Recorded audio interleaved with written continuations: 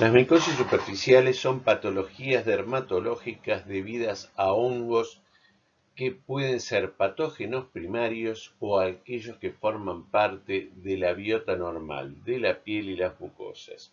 Pueden comprometer a cualquiera de estos elementos y pueden producirles enfermedad variada, pero que en general se mantienen localizadas o se diseminan por contigüidad. En general, las enfermedades producidas por micosis superficiales son características del agente etiológico en algunos casos, en otros el grado de enfermedad va a estar relacionado con la calidad de la respuesta inmune del hospedero y además lo que vamos a tener que tener en cuenta es la influencia del medio ambiente en el cual ese hospedero se mueve. Los agentes productores de micosis superficiales van a poder tener como hábitat natural al ser humano o van a poder vivir en el ambiente o sobre otros animales. Desde el punto de vista de su morfología, van a ser como todos los hongos, algunos podrán ser hongos levaduriformes y otros podrán ser hongos miceliales. La capacidad patógena va a estar relacionada con elementos que el hongo puede liberar al medio o la propia capacidad de invasión que estos hongos tienen en la capa córnea de la piel y la capa superficial de las mucosas. El diagnóstico de las micosis superficiales podrá hacerse por métodos directos a través de la toma de muestra, la observación microscópica y el cultivo, o a través de la búsqueda de biomarcadores actualmente, lo cual es muy poco frecuente, o la búsqueda de ácidos nucleicos. En relación a las características del hospedero, lo que nosotros vamos a ver es que existen factores predisponentes y esos factores predisponentes van a estar relacionados muchas veces con la actividad del paciente, con las características genéticas del paciente. Algunas de estas micosis superficiales van a requerir que uno tenga algún déficit inmunológico hereditario. Va a haber factores que van a favorecer todo esto. Por ejemplo, en el verano lo que nosotros vamos a ver es que uno tiene con mayor frecuencia lesiones entre los dedos de los pies por la mayor transpiración que hay en el pie y el uso de calzado cerrado. La respuesta inmune frente a estos hongos podrá ser específica o inespecífica y las manifestaciones clínicas van a ser variadas de acuerdo a las características del agente etiológico. Los factores ambientales también podrán influir y al igual que los factores socioculturales y las características que nosotros vamos a poder tener en la forma de vida de los pacientes. Los hongos se contagian a través de contacto directo de persona a persona, de los animales al hombre o desde la tierra, en el caso, por ejemplo, de las dermatofitas. En otros casos, los hongos forman parte de la biota normal y la alteración del equilibrio de esa biota normal permite que los hongos se reproduzcan por encima del umbral en el cual viven normalmente y entonces también tengan capacidad patógena. Lo que nosotros vamos a ver es que en el caso de las lesiones que se dan en las zonas queratinizadas del cuerpo, los dermatofitos, por ejemplo, van a liberar enzimas con capacidad de destruir la queratina y a partir de ahí poder invadir y desarrollarse en la capa córnea de la piel. En el caso de las lesiones de mucosa se producen alteraciones ya sea de la mucosa o del bioma de la zona y entonces también se puede producir enfermedad. La capacidad patógena de los hongos va a estar relacionada con sus elementos metabólicos, va a estar relacionada con la respuesta que se estimule en el hongo de acuerdo al sitio donde se está multiplicando. A su vez, los hongos van a liberar al medio ambiente una enorme cantidad de metabolitos y estos metabolitos van a ser responsables de estimular al sistema inmune que pueden montar una respuesta específica frente a ellos y a partir de ahí, frente a un nuevo encuentro con los hongos, entonces lo que vamos a ver es que se puedan producir lesiones de hipersensibilidad a ellos y manifestarse la enfermedad a través de fenómenos de hipersensibilidad. Esto es simplemente un cuadro en el cual se muestra los diferentes tipos de enfermedades fúngicas que pueden comprometer diferentes áreas del ser humano. Parte en el pelo se pueden dar infecciones en la porción extra e intrafolicular. En la piel lisa se pueden dar enfermedades, por ejemplo, pitiriasis versicolor o tinea nigra, así también como producidas por otros hongos como los dermatofitos. Vamos a ver que hay algunos hongos que son capaces de producir enfermedad en diferentes zonas, y en el caso de las candidiasis, por ejemplo, lo que nosotros vamos a ver es que se podrá comprometer la piel o las mucosas, y que en general esto va a tener que ver con fenómenos relacionados con alteraciones de la capacidad inmune. Los agentes etiológicos productores de micosis superficiales van a variar de acuerdo a la enfermedad que se produzca. En el caso de las dermatofisias van a ser agentes de 3 géneros: Trichofitum, Microsporum, Epidermophytum. En el caso de la pitiriasis versicolor van a ser las diferentes especies de Malassezia. En el caso de las candidiasis, lo que nosotros vamos a ver que Candida tiene múltiples especies, pero muchas de ellas van a estar viviendo en determinadas zonas del organismo y van a ser responsables de las patologías en esas zonas. Además, hay hongos de la biota ambiental que también raramente pueden producir enfermedad. Existen hongos pigmentados que pueden producir dos patologías características de las zonas tropicales. Una es la tinea negra y otra es la piedra negra.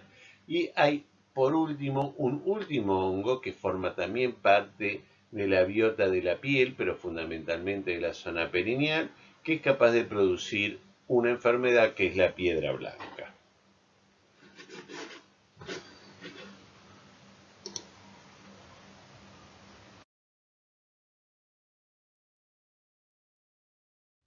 Las dermatofisias van a ser transmitidas por contacto, como lo dije anteriormente, y en esto lo que nosotros vamos a tener que tener en cuenta es que va a haber una predisposición genética en algunos casos, como ocurre en el caso de las infecciones producidas por dermatofitos de género Trichofitum, fundamentalmente Trichofitum rubrum.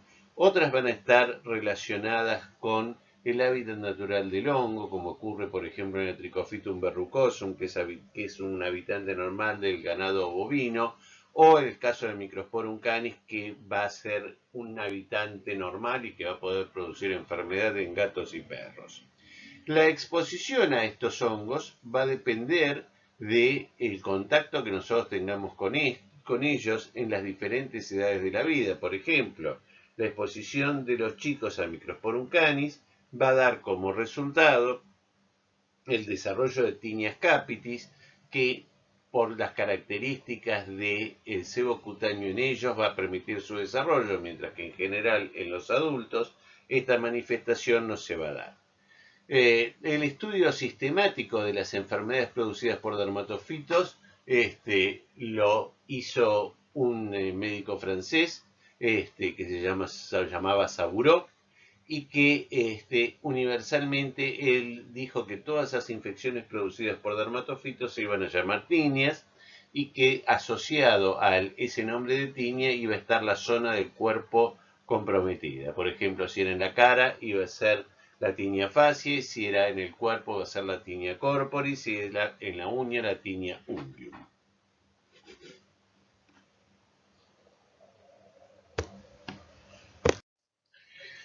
La fuente de contagio va a depender del hábitat natural de los agentes etiológicos. Los dermatofitos, dentro de todas sus clasificaciones, tienen una en la cual se los agrupa de acuerdo a su hábitat natural. Hay algunos que viven solamente sobre el hombre, son antropofílicos, y el representante más común es el Trichofitum rubrum, que por otra parte es el responsable de la mayor cantidad de patología debida a este grupo de hongos, que son las onicomicosis producidas por este hongo. Casi el 90% de las mismas, las tiñas interdigitales, las tiñas PEDIS, que son las más comunes.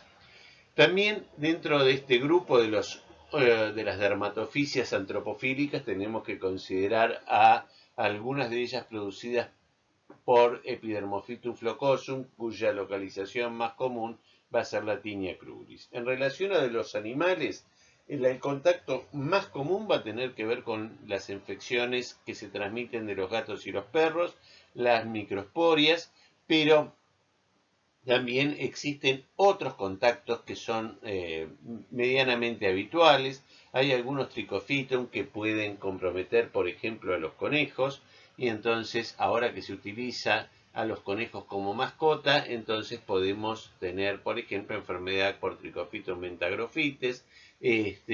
Se ha visto, por ejemplo, en el último año, la aparición de casos producidos por Trichofitum benami, que está asociado a los cobayos. En el suelo hay una gran cantidad de detritus con diferentes tipos de queratina. La queratina no es común, no es igual en el humano que en otros animales. Tenemos que tener en cuenta que la queratina humana no va a ser igual a la queratina de un ave o a la uña de un animal cualquiera. Entonces, pero todas esas moléculas de queratina que van a estar en la Tierra van a poder favorecer el desarrollo de dermatofitos en la Tierra. El que compromete al hombre con mayor frecuencia es uno que se llama Microsporum gypsum y que puede producir enfermedad en la piel y con menos frecuencia puede comprometer cuero cabelludo.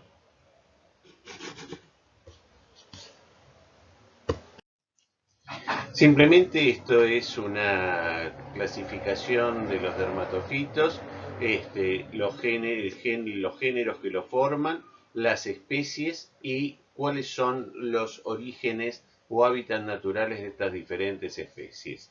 Lo que nosotros tenemos que destacar una vez más es que Trichofitum rurum es el dermatofito antropofílico por excelencia.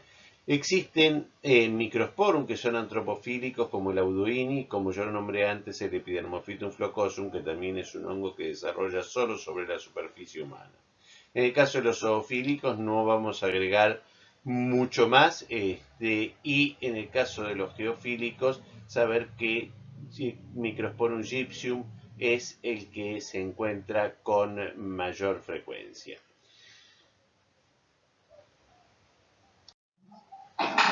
En el caso de la fisiopatogenia de las dermatofisias, lo que tenemos que hacer notar es que, otra vez más, que estos hongos van a atacar la capa córnea de la piel.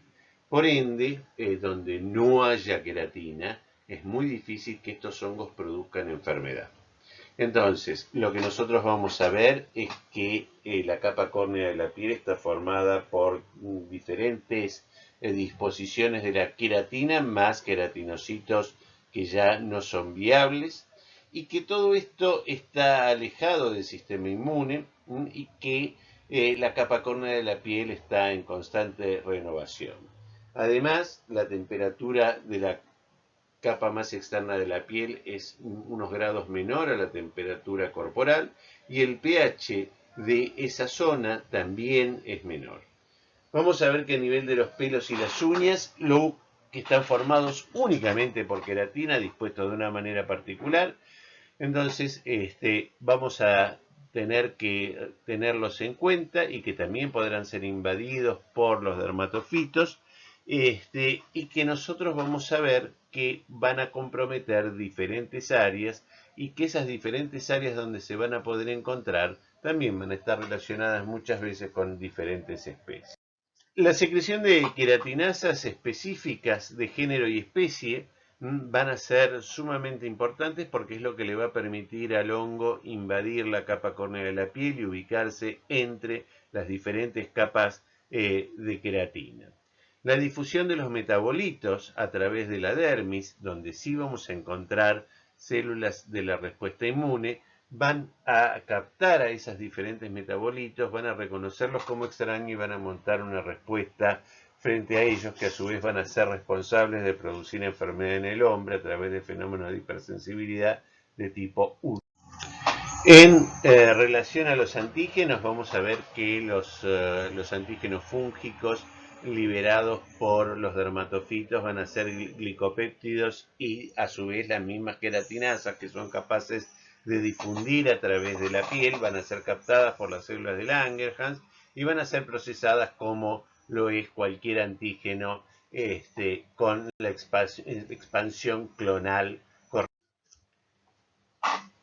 A partir de lo que acabamos de decir, que se originan lesiones, que se originan fenómenos de expansión clonal, la presencia de estos antígenos va a desarrollar en el ser humano lesiones que se desconoce por qué no están habitadas, pero que manifiestan lesiones a distancia que se llaman dermatofitides, que son lesiones afectadas del foco. Por eso es que uno puede tener, por ejemplo, una disidrosis palmar a partir de la aportación de hongos que producen una onicomicosis, que son lesiones deshidratadas, que pueden ser simétricas, que tienen diferentes manifestaciones clínicas, pero que lo característico es que cuando se cura la lesión primaria se resuelve.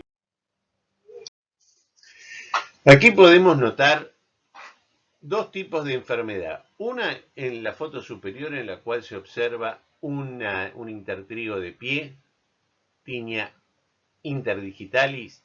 En ella el dermatofito está produciendo enfermedad por su capacidad de invasión y multiplicación, con lo cual lo que estimula es una mayor producción de queratina, porque la forma en la cual la piel se saca de encima aquellos elementos que le están molestando es aumentando su recambio con una mayor producción de queratina, que a su vez le da mayor sustrato para la multiplicación del hongo. En la foto inferior lo que vemos es un querion de Celso. El querion de Celso es una enfermedad que se produce por la asociación de la presencia de los hongos invadiendo el tejido y la reacción de hipersensibilidad que se monta frente a ellos.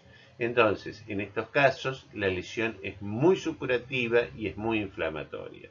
La diferencia más importante entre la lesión superior y la inferior es que la superior es una enfermedad poco inflamatoria, casi sin síntomas, mientras que en la inferior la lesión es mucho más espectacular y muchas veces puede dejar alopecia residual. Simplemente acá vemos nuevos ejemplos, tanto en la planta del pie como en el intertrigo de pie. Estas son patologías producidas por Trichophytum rubrum. En el caso de la tinea cruris, como ustedes ven acá, lo que nosotros vamos a ver es una de las características propias de las lesiones producidas por dermatofitos, que tiene que ver con los bordes de la lesión. Las tineas producidas por dermatofitos van a tener como característica el curar en el centro y diseminarse por sus bordes. Por eso siempre sus bordes van a ser más infiltrados, sus bordes van a ser más sobrelevados porque es la zona activa. Una vez que el hongo va consumiendo la queratina que está en el medio de la lesión, se va expandiendo en forma centrífuga, comprometiendo y expandiendo la lesión en ese sentido.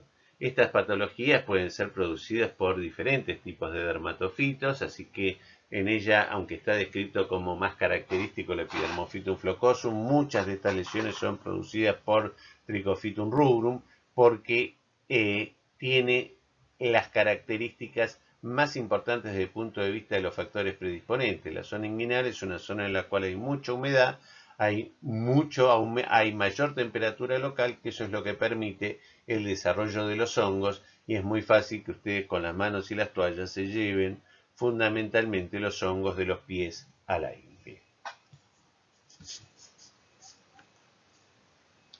En el caso de compromiso de las uñas, lo que nosotros vamos a ver es que la uña se puede comprometer tanto la tabla externa como la tabla interna de la uña. Lo más común es las formas clínicas distales subungueales, que la lesión comience desde la zona más externa de la uña y que se comprometa por debajo de la uña, que la tabla externa de la uña esté respetada. En el 20% de los casos se pueden producir lesiones que producen manchas blancas sobre la superficie de la uña, lo cual se llaman leuconiquias tricofíticas. Lo importante es conocer la clínica para poder tomar las muestras adecuadas. En el cuero cabelludo, nosotros vamos a ver que hay diferentes tipos de manifestaciones clínicas. En la capa superior y a la izquierda, lo que nosotros vamos a ver es una típica tiña producida por Microsporum canis, que se da fundamentalmente en niños antes de llegar a la pubertad, por lo que yo comenté en alguna otra diapositiva sobre las características del sebo cutáneo. En estos casos, el hongo compromete la porción intrafolicular del pelo, el pelo se rompe a muy pocos milímetros de su desembocadura.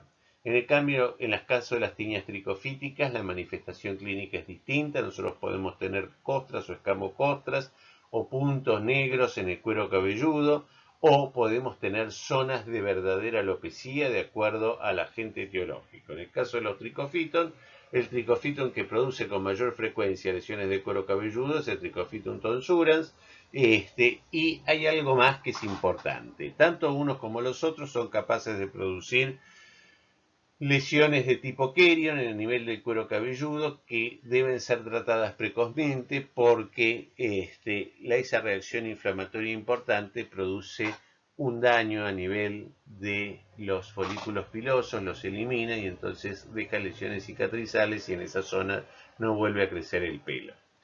Lo que nosotros también tenemos que notar es que la distribución del Microsporum y del Trichofitum en relación al pelo es diferente, mientras que en el Microsporum los hongos se disponen por fuera del tallo del pelo, en el caso del Trichofitum se disponen por dentro del tallo del pelo. En este caso lo que vamos a notar fundamentalmente es lo relacionado con la tiña fábica, que es producida por Trichofitum johanleini y Trichofitum violaceum, es característica del norte de África. En general, en nuestro medio no se observan este tipo de tiñas, salvo ocasionalmente en individuos que vengan de la zona endémica. La diferencia con las otras tiñas es que estas son tiñas totalmente inflamatorias y que pueden dejar alopecias universales. En el caso de la tiña corporis, lo que nosotros vamos a ver es la característica típica de las enfermedades producidas por dermatofitos, que son lesiones eritemato-escamosas que tienden a la curación central y a diseminarse por sus bordes. Pueden ser producidas tanto por hongos del género Microsporum como del género Trichofitum. En general, lo que nosotros vamos a ver que las producidas por Microsporum van a tener más un aspecto de escarapela, van a ser más redondas y expansivas. En cambio, las por Trichofitum van a tener una lesión menos redonda. Entonces, pueden aparecer en cualquier lugar del organismo, pueden aparecer en los brazos, en los miembros, en las piernas, en el tronco, y siempre van a tener las mismas características. Existen algunas patologías dermatológicas que se pueden confundir con esto, con lo cual la única forma de hacer un diagnóstico y un tratamiento correcto es hacer un examen micológico, al igual que en todas las lesiones que nosotros vimos anteriormente.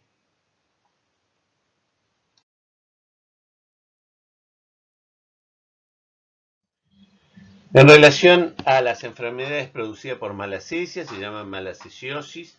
La enfermedad más común es la pitiriasis versicolor. La otra enfermedad en la cual se ha encontrado y se ha aislado hongos del género malacesia ha sido en fungemias asociadas a catéteres contaminados con el hongo. En sí, lo que nosotros vamos a ver es que existe una serie de patologías en las cuales la malacesia se puede asociar. En general, la malacesia es un hongo lipofílico y al ser un hongo lipofílico va a desarrollar fundamentalmente donde tengamos algunos tipos de ácidos grasos. A estos hongos les gustan los ácidos grasos no saturados, por ende nosotros vamos a ver que en aquellas personas que tienen un sebo cutáneo en el cual tienen mayor concentración de ácidos grasos no saturados, estos van a ser las personas que van a tener la enfermedad. La pitiriasis versicolor es una enfermedad estética, puede producir prurito en algunos casos, históricamente desarrollaba su patología entre el cuello y el ombligo por las características del sebo cutáneo de esa zona y la distribución de las glándulas sebáceas y en la raíz de los miembros superiores. Hoy, además de buscarla en esa zona, puede producir lesiones a nivel inguinal o puede producir lesiones en la cara posterior de las piernas, fundamentalmente en el hueco popliteo, podemos encontrar lesiones de malacesia. Estas lesiones son manchas que van desde la falta de pigmentación, son acrómicas, hasta la hiperpigmentación, con lo cual las vamos a poder ver de un marrón elevado. Son lesiones que tienen una gran descamación furfurácea, que significa que tienen una gran descamación, escamas muy finas, por ende, entonces tomar la muestra es muy sencillo y solo el diagnóstico se hace mirándolo al microscopio, observando las típicas levaduras y los micelios que este hongo también puede producir, que son micelios tabicados no ramificados.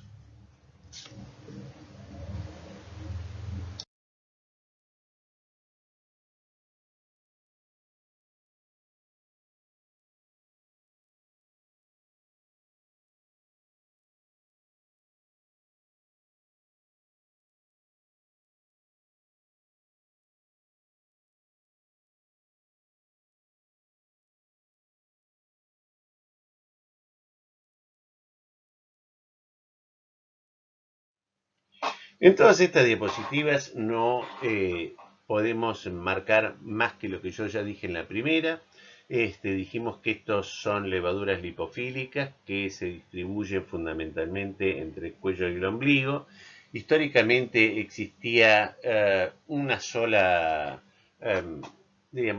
malacesia, o había muy pocas malacesias conocidas. La más común era malacesia furfur. Lo que nosotros hoy sabemos, gracias a los estudios moleculares y a los estudios de características metabólicas, que existe una gran diversidad de especies de malacesia. La que produce patología en el hombre con mayor frecuencia es la malacesia globosa, y lo que nosotros vamos a tener que tener en cuenta es que pueden producir lesiones más o menos extensas, y yo les comenté, pueden ser desde lesiones acrómicas a lesiones hipercrómicas.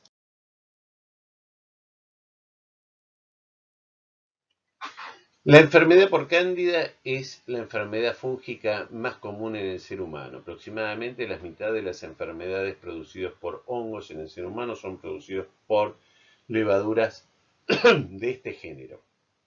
Cándida es un género que tiene una gran multiplicidad de especies, y actualmente muchas de esas especies se han visto que están agrupadas dentro de grupos, con lo cual se ha complejizado aún más este tipo de estudios.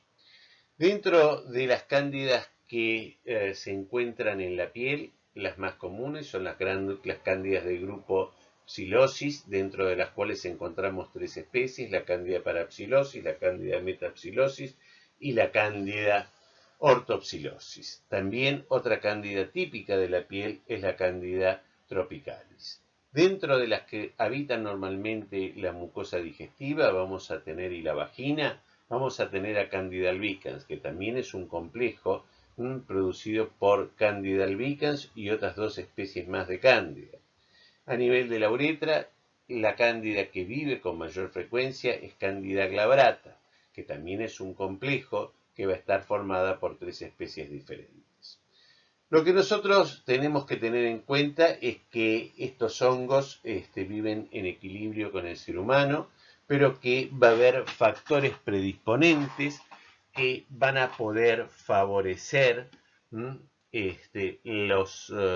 la alteración del equilibrio de estos hongos, como por ejemplo la administración de antibióticos, algunas enfermedades como la diabetes, el hecho de estar en contacto directo con la humedad que produce maceración de la piel.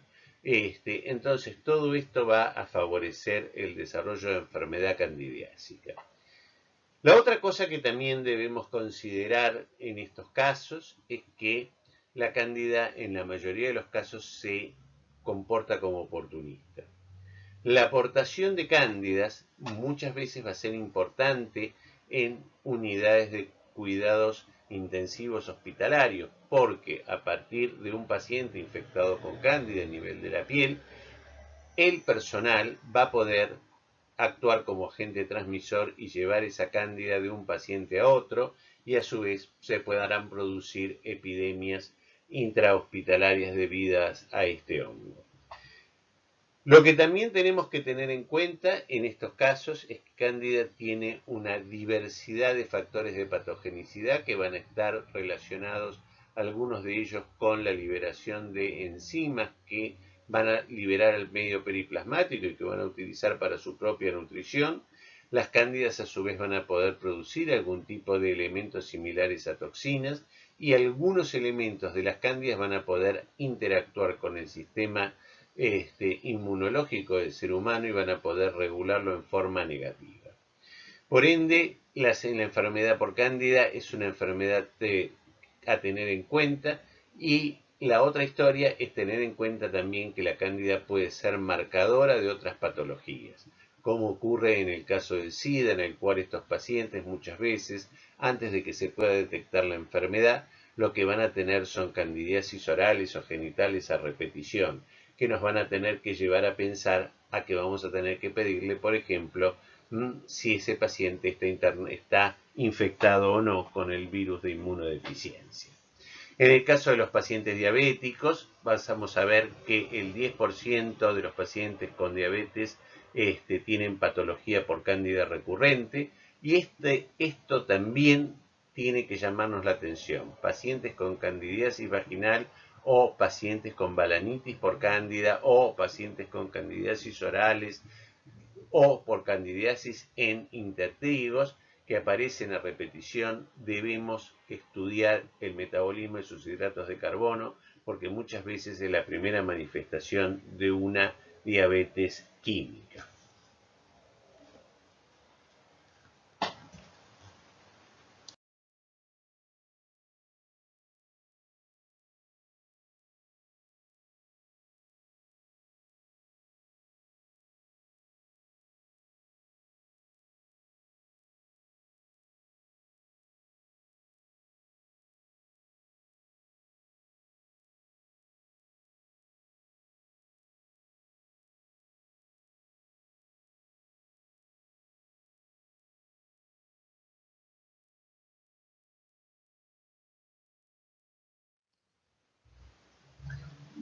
Las manifestaciones clínicas de la candidiasis van a estar siempre relacionadas con la maceración, y en este caso cuando se compromete la piel.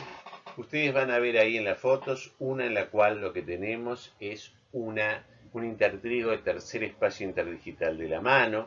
En otros casos ustedes lo que van a ver son lesiones producidas a nivel de en el pliegue inguinal, que a diferencia de lo que vimos en la tinea cruris, acá lo que ustedes van a ver es que la lesión no es expansiva hacia afuera, sino que es una lesión que es mucho más aguda a nivel del pliegue inguinal, donde se produce la mayor maceración, la mayor humedad y por ende el mayor lugar donde desarrollan mis amigas las cándidas. En cualquier pliegue, como ustedes ven acá, en un pliegue submamario, se puede producir exactamente lo mismo. En el caso de las manos, cuando uno tiene mucho tiempo las manos húmedas, cuando uno tiene el efecto de los detersivos que eliminan el sebo cutáneo, cuando se pierde la cutícula, entonces se producen estas lesiones con compromiso de la tabla externa de la uña y la inflamación periungual. En el caso de las lesiones de mucosas, como se ve en la otra diapositiva, lo que nosotros vamos a ver que en estos casos fundamentalmente la enfermedad se va a producir por dos cosas. Por un lado, por la pérdida de las características de la mucosa, que puede ser inducida, por ejemplo, por drogas, cuando un paciente recibe, por ejemplo, quimioterápicos y entonces hace mucositis, o en lesiones mucho menos importantes, cuando hay pacientes que toman, por ejemplo, antidepresivos o que toman antiparkinsonianos que disminuyen la secreción salival y entonces en ellos se altera el equilibrio y entonces también la cándida de la boca empieza a proliferar.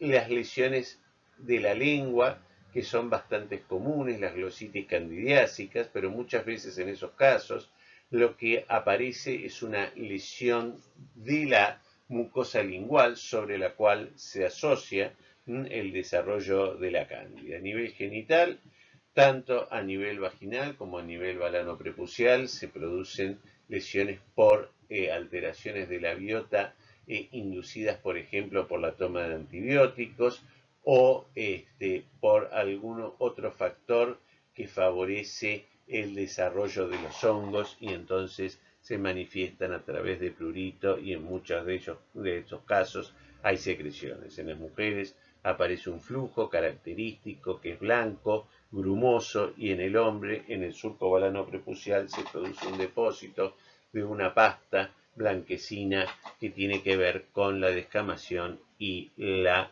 multiplicación de los hongos.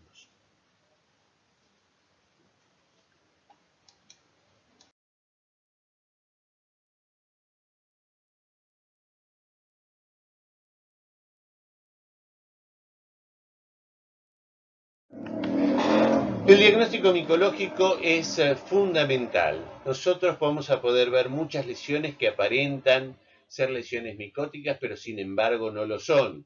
Entonces, lo que tenemos que tener en cuenta es que existe una forma de estar seguros de que el tratamiento va a ser efectivo, que no vamos a hacer selección de flora, que no vamos a hacer mal uso de los antimicóticos, y eso es únicamente a través del diagnóstico micológico. Debo decir a esta altura también que nosotros hemos elegido las dermatofisias, las malacesias, las malacesiosis y las candidiasis como enfermedades, diríamos, más comunes, y el resto de las micosis superficiales, las características son similares y propias de cada uno, pero el diagnóstico micológico es similar para todas ellas.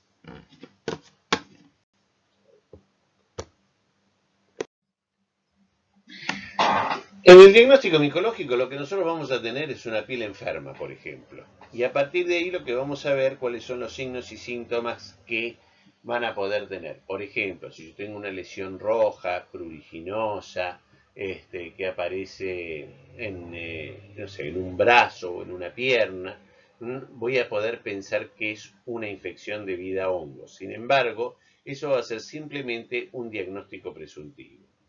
Lo que voy a tener que pensar cada vez que yo vea una lesión en la piel, en las uñas, entre los dedos de los pies, en la boca o en donde sea, es que voy a tener que pensar en los diagnósticos diferenciales. Los diagnósticos diferenciales van a ser múltiples y van a estar relacionados con una enorme cantidad de patologías de la piel.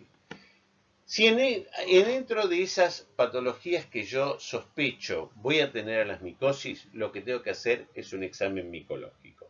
El examen micológico me va a dar el diagnóstico de certeza, me va a permitir ser racional en el uso de los tratamientos y, por otra parte, voy a poder saber cuál va a ser la evolución de ese paciente y además voy a poder pensar también en cuál es el lugar a partir del cual el paciente hizo o se contagió la enfermedad. Lo que nosotros vamos a tener que tener en cuenta es que el primer paso del diagnóstico micológico para que sea correcto es conocer la clínica de esas lesiones para poder hacer una toma de muestra. Los pasos del diagnóstico micológico son iguales para cualquier patología micótica que yo esté pensando. Lo primero que tengo que tratar es que el paciente esté en condiciones para hacer una buena toma de muestras. Por ejemplo, si el paciente viene con talco, se puso crema antimicótica hasta una hora antes de llegar al lugar donde le van a tomar la muestra, entonces yo sé de movida que ese resultado va a tener una alta chance de ser negativo. La preparación del paciente en estos casos es fundamental. Cuando yo tengo una lesión de piel o mucosa, lo que tengo que decirle al paciente es que suspenda la medicación antimicótica, fundamentalmente la medicación local, tengo que decirle que si el paciente usó cremas, pomadas, usó talcos, lo que tiene que hacer es eliminarlos simplemente por lavado con agua y jabón, y tiene que empezar 4 o 5 días antes a hacer eso. En el caso de que el paciente tenga lesiones en los pies, por ejemplo, y tenga lesiones en las uñas de los pies, lo que tiene que hacer en el caso de una mujer, sacarse el esmalte de uñas, y cepillarse las uñas con agua, jabón y cepillo desde 4 días antes para evitar la contaminación con hongos ambientales, y que concurra al sitio de extracción con calzado cerrado y medias previamente a haber hecho toda esta preparación.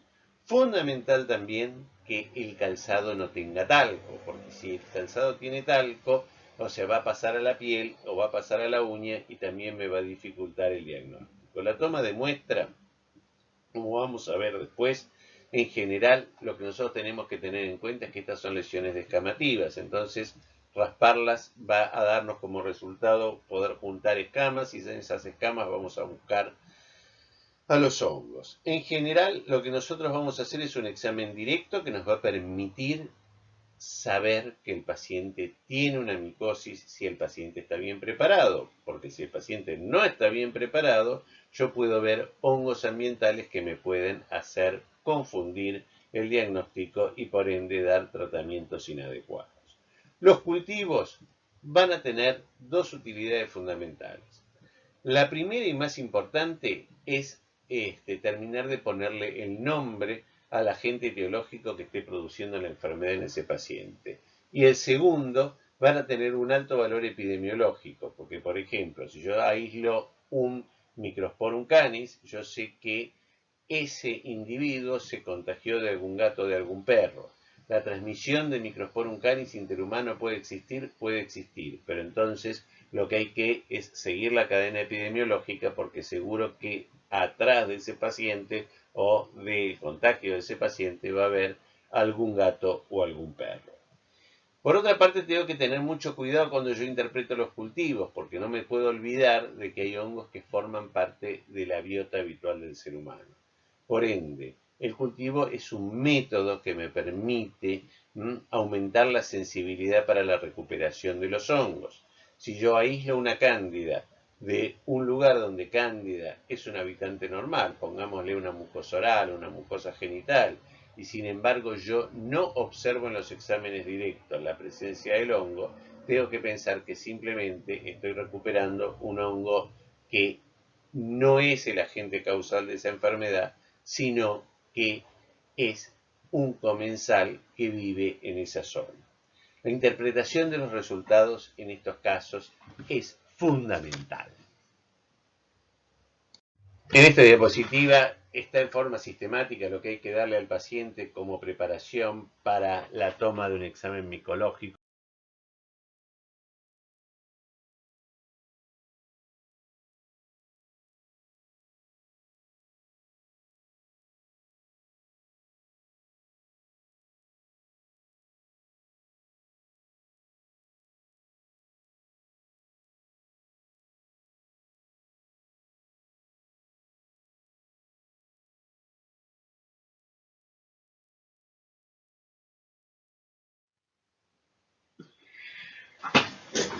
En estas diapositivas lo que nosotros vemos son las diferentes formas de tomar la muestra, por raspado, por escarificación, por depilación, etc. Lo que nosotros tenemos que saber es cuál es la característica clínica del paciente para poder tomar una muestra. Si el paciente tiene una lesión en piel lampiña, entonces, o tiene una lesión en un pliegue, y nosotros presumimos que tiene un dermatofito, entonces vamos a ir a tomar la muestra por el raspado del borde de la lesión, porque ya dijimos que en las dermatofisias las lesiones tienden a la curación central y a diseminarse por sus bordes.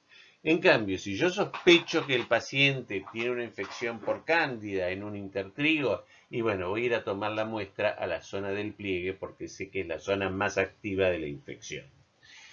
En el caso de las mucosas, muchas veces yo voy a necesitar, en vez de raspar, voy a poder tomar lesiones con un hisopo. Pero ¿qué es lo que voy a tomar con el hisopo? No puedo hisopar algo que no tiene nada.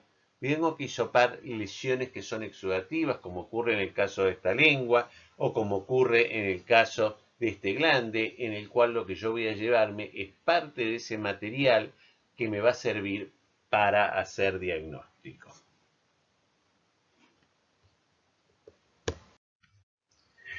La forma de conservar las muestras y transportarlas es sumamente sencillo. Acá lo único que tengo que tener en cuenta es que yo debo tomar las muestras con material estéril, en medios estériles, y entonces no tengo ningún problema. O sea, se pueden mantener a temperatura ambiente, y lo que tengo que tener claro es que si voy a tomar un hisopado, el hisopado, si yo lo tomo como tal, no lo proceso inmediatamente y no está húmedo, sin duda lo que va a producirse es una desecación del material que no me va a permitir aislar el hongo ni siquiera observarlo. Por ende, lo que voy a tener que mantener en una solución fisiológica.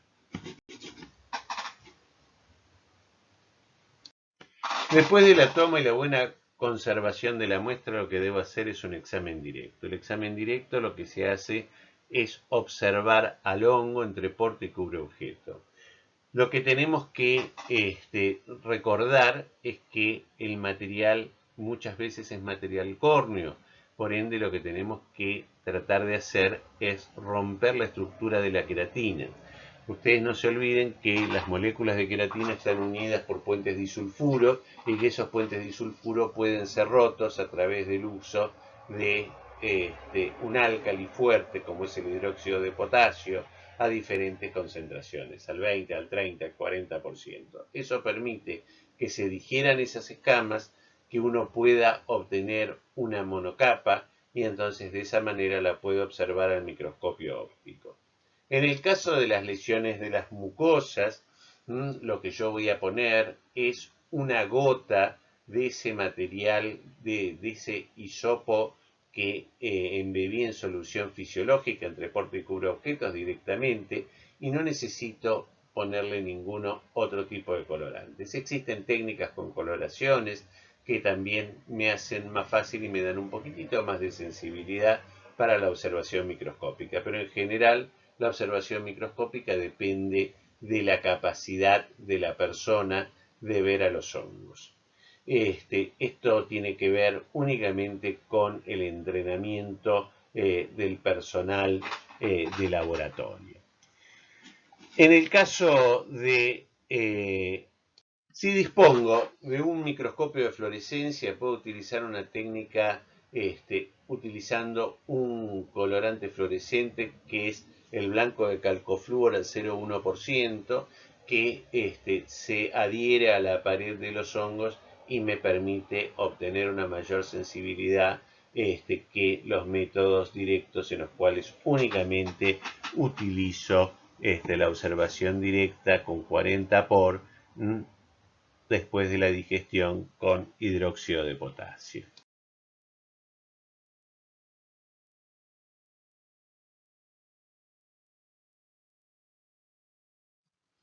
La observación en los exámenes directos de un micelio ramificado, tabicado y alino me va a permitir a mí llegar a la conclusión de que ese paciente tiene un dermatofito.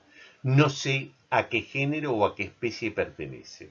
La realidad es que las armas terapéuticas que yo tengo para el tratamiento de estas infecciones es muy escaso, con lo cual la observación directa, que me lleva muy poquito tiempo, diríamos que en menos de media hora yo puedo llegar a observar una escama, entonces me permite a mí directamente indicar un tratamiento.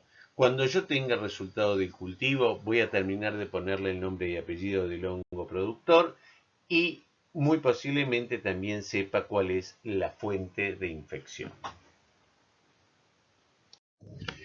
En algunos casos, aunque yo veo un micelio ramificado, tabicado y alino, este micelio no va a ser regular, va a ser mucho más ancho, va a tener formas de ramificaciones diferentes. Yo voy a poder llegar a ver en algunos casos algunos elementos que no son característicos del dermatofito, y entonces yo lo que voy a tener que pensar son dos cosas. O el material estaba contaminado porque el paciente estaba mal preparado, o el paciente tiene una micosis superficial producida por un hongo ambiental. En ambos casos, la única manera de poder salir de la duda es volver a decirle al paciente que haga una buena preparación, volver a tomarle una muestra y a partir de ahí poder saber si sigue teniendo la misma imagen o no. O sea, si él estaba contaminado, muy posiblemente cuando yo tome la nueva muestra no voy a ver absolutamente nada. Si el paciente tiene una enfermedad producida por un hongo ambiental, entonces en ese caso yo lo que voy a ver es que voy a ver exactamente la misma imagen que vi la primera vez. De regla, uno debe tomar por lo menos entre 2 y 3 muestras más para saber que realmente estos hongos ambientales están produciendo la enfermedad. La otra cuestión que me va a ayudar es saber qué es lo que pasa con los cultivos. Si en todos los medios de cultivo que yo sembré crece el mismo hongo, entonces yo pongo el diagnóstico de que es una enfermedad producida en la piel por un hongo ambiental.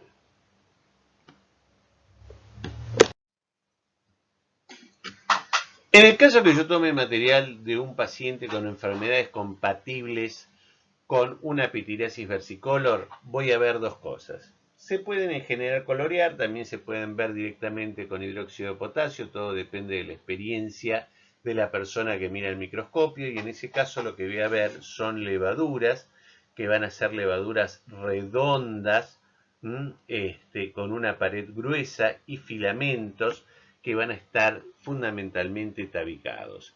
Esto a mí me va a hacer pensar, muchos de esos filamentos van a ser cortos, que este paciente lo que tiene es una enfermedad producida por malacesia. Como muchas veces los laboratorios habituales de diagnóstico no cuentan con medios adecuados para el cultivo de este hongo lipofílico, entonces simplemente con el examen directo alcanza y sobra para que ustedes comiencen un tratamiento. En el caso de las candidiasis, yo voy a ver levaduras que van a ser ovaladas con brotes con un pedículo de unión estrecho. Eso va a ser bastante característico de este grupo de levaduras. Pero además, las levaduras del género Cándida pueden multiplicarse por presión del medio donde están desarrollando, como pseudohifas o hifas verdaderas.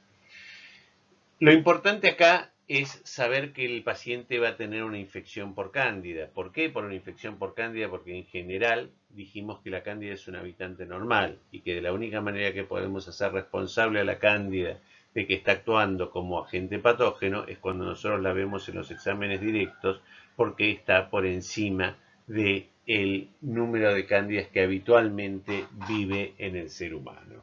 Si está asociado o no con leucocitos o con piocitos a nivel de secreciones como una secreción vaginal, con más razón. Como les comenté oportunamente, el parasitismo del pelo depende de los agentes etiológicos.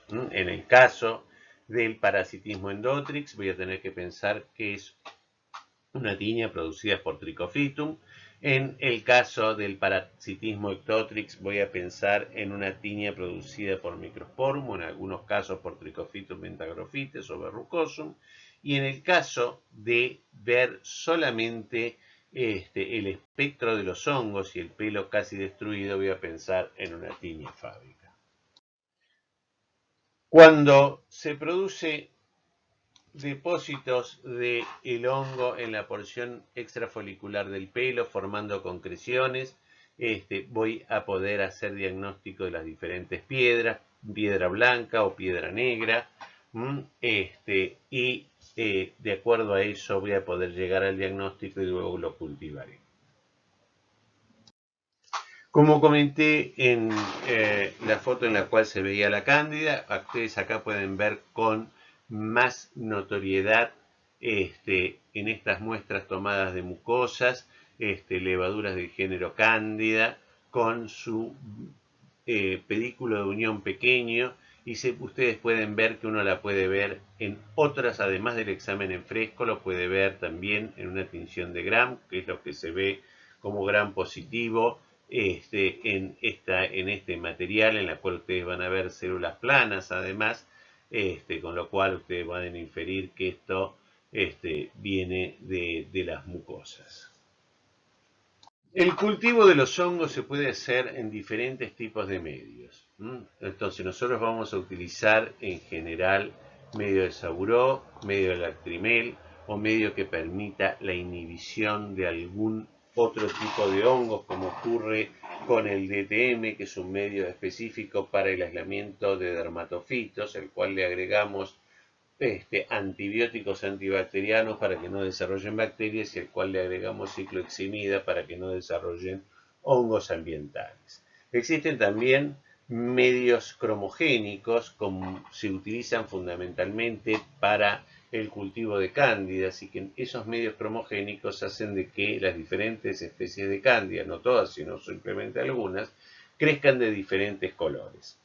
En el caso de que yo quiera aislar hongos de género Malassezia, yo les dije que la Malassezia es un hongo lipofílico, entonces lo que puedo hacer es utilizar el medio de Saburó al cual le asocio aceite de oliva, o utilizo un medio específico que tiene ácidos grasos no saturados, como es el medio de Dixon.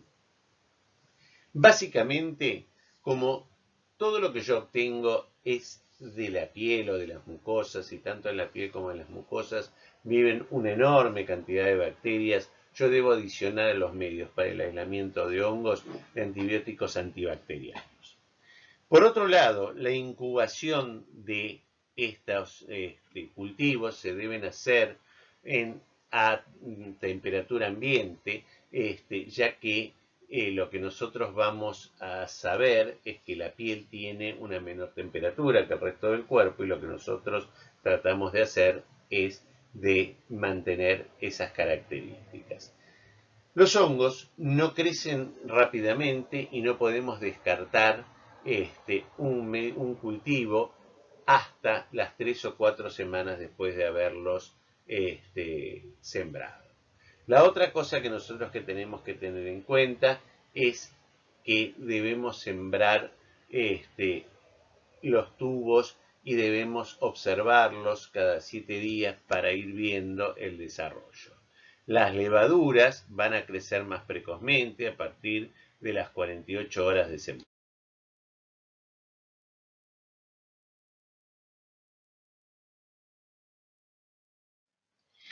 La identificación de los hongos, una vez aislados, se hará por el estudio macro y micromorfológico. En ese caso, lo que yo tengo que ver es cuáles son las características de desarrollo, cómo son las colonias, qué características tienen, si son secas, si son pulvurulentas, si son algodonosas, si son cremosas, si son mantecosas, etc. Tengo que saber si difunden o no pigmento al medio. Y a su vez debo hacer un estudio micromorfológico para poder ver las características de los micelios que desarrollan, y fundamentalmente en el caso de los hongos miceliales poder poner en evidencia la presencia de los esporos. Las características de esos esporos va a ser específica de género, y muchas veces va a ser específica de género y especie, con lo cual la identificación macro y micromorfológica va a ser la forma más común con la cual yo voy a poder contar para hacer el diagnóstico de estas patologías. En el caso de los hongos miceliales, de los hongos levaduriformes, voy a poner en evidencia las capacidades bioquímicas. Para eso voy a utilizar, por ejemplo, estos medios cromogénicos, o actualmente métodos automatizados, o métodos como hoy tenemos que permiten poner parte de ese hongo y estudiar su perfil proteico. Por otra parte, yo también voy a poder estudiar los ácidos nucleicos de esos hongos, y por ende voy a poder poner en evidencia a través de pruebas moleculares, a través de diferentes tipos de PCR, estas características. Y esto que yo les decía de los perfiles proteicos es la espectrometría de masas, que es lo que nos permite a nosotros clasificar las levaduras y en este momento también los dermatofitos y muchos otros hongos miceliales. En el caso de los estudios macro y micromorfológicos, lo que ustedes van a ver en las próximas diapositivas, entre las 57 y las 70, son diferentes aspectos que nos permiten a nosotros ver las características de las colonias, hacer estudios micromorfológicos a través de pruebas especiales, como puede ser sembrar el material en pequeños discos de agar y hacer que crezcan entre un cubro objetos y ese disco de agar que nos permite ver bien las estructuras, de dónde nacen los esporos, qué características tienen, si están tabicados, si no están tabicados, etc. Y lo que ustedes van a ver más abajo es la conjunción de el desarrollo macroscópico y microscópico, con lo cual van a ponerle el nombre y apellido a los hongos productores de enfermedades por estos hongos miceliales.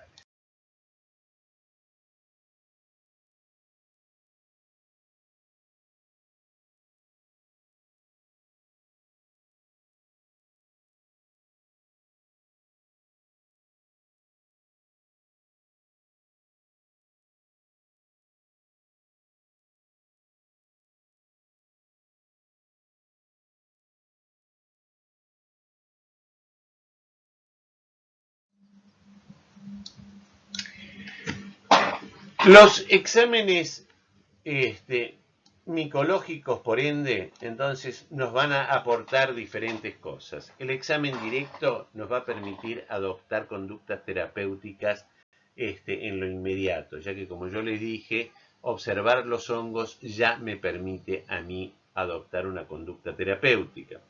Si, por ejemplo, además yo sé que estoy mirando un pelo de un chico que tiene el aspecto de la distribución que tiene el Microsporum canis cuando ataca el pelo, también estoy en posición de decir: señor, señora, agarre al perro, al gato, al canario y llévelo al veterinario, porque ese animal o tiene una enfermedad producida por este hongo o es un portador de este hongo, y entonces cortamos la cadena epidemiológica.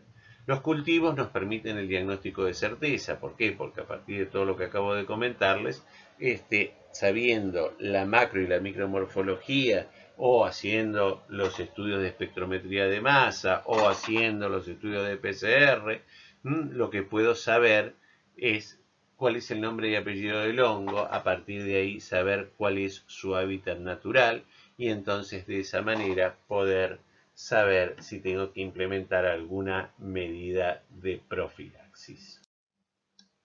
La identificación de hongos levaduriformes se puede hacer de diferentes maneras, a través de estimular la aparición de determinados elementos morfológicos característicos, como ocurre en Candida albicans, que es la aparición del tubo germinativo, la formación de clamidoconidias, el crecimiento en agarmorfología. Las diferentes especies de cándida desarrollan con una morfología diferente, y entonces uno puede llegar a acercar la clasificación de esa manera. Por otro lado, dijimos que hacían falta pruebas bioquímicas, entonces vamos a ver que algunas levaduras del género cándida van a fermentar algunos hidratos de carbono y otros no. Por otra parte, lo que nosotros vamos a tener son medios cromogénicos, como yo les comenté, que hacen que algunas especies crezcan de diferente color. Y por otra parte, existen métodos comerciales que hacen ese mismo tipo de estudios bioquímicos, pero automáticamente, con lo cual podemos nosotros llegar a saber de qué hongo estamos hablando. Por supuesto que también debemos pensar en lugares donde tenemos las posibilidades, que esto se puede tipificar a través de los estudios del ácido nucleico y de la espectrometría de masa.